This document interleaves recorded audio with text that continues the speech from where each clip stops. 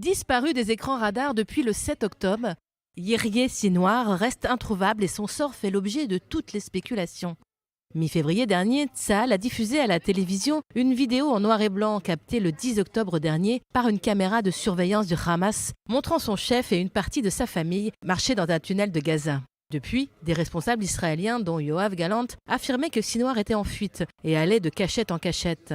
Selon certains médias arabes, le chef du Hamas aurait fui en Égypte dans le Sinaï via des tunnels de Rafah, accompagné d'otages israéliens. Une information démentie par Israël.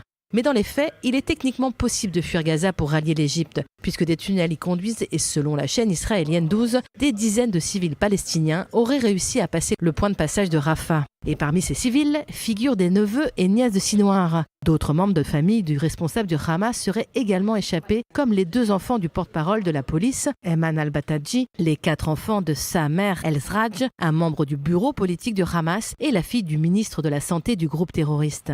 Certains noms de hauts responsables circulent sur la liste des personnes en fuite vers l'Égypte, comme Akil al-Hindi. Une fuite qui a un prix, selon nos sources, 6 000 à 7 000 $ par personne. Une preuve de plus que l'argent n'est pas un problème pour les proches de l'organisation terroriste. Un luxe que de nombreux Gazaouis, désireux eux aussi de fuir Gaza, ne peuvent pas se permettre. Quant à l'endroit où se trouve le chef du Hamas, cela reste un mystère. Mais pour Sinwar, le temps presse et ses options de fuite semblent limitées au tunnel de la région de Rafah. Selon les responsables de la sécurité, l'Égypte bloquerait Sinwar et lui refuserait le refuge dans le Sinaï.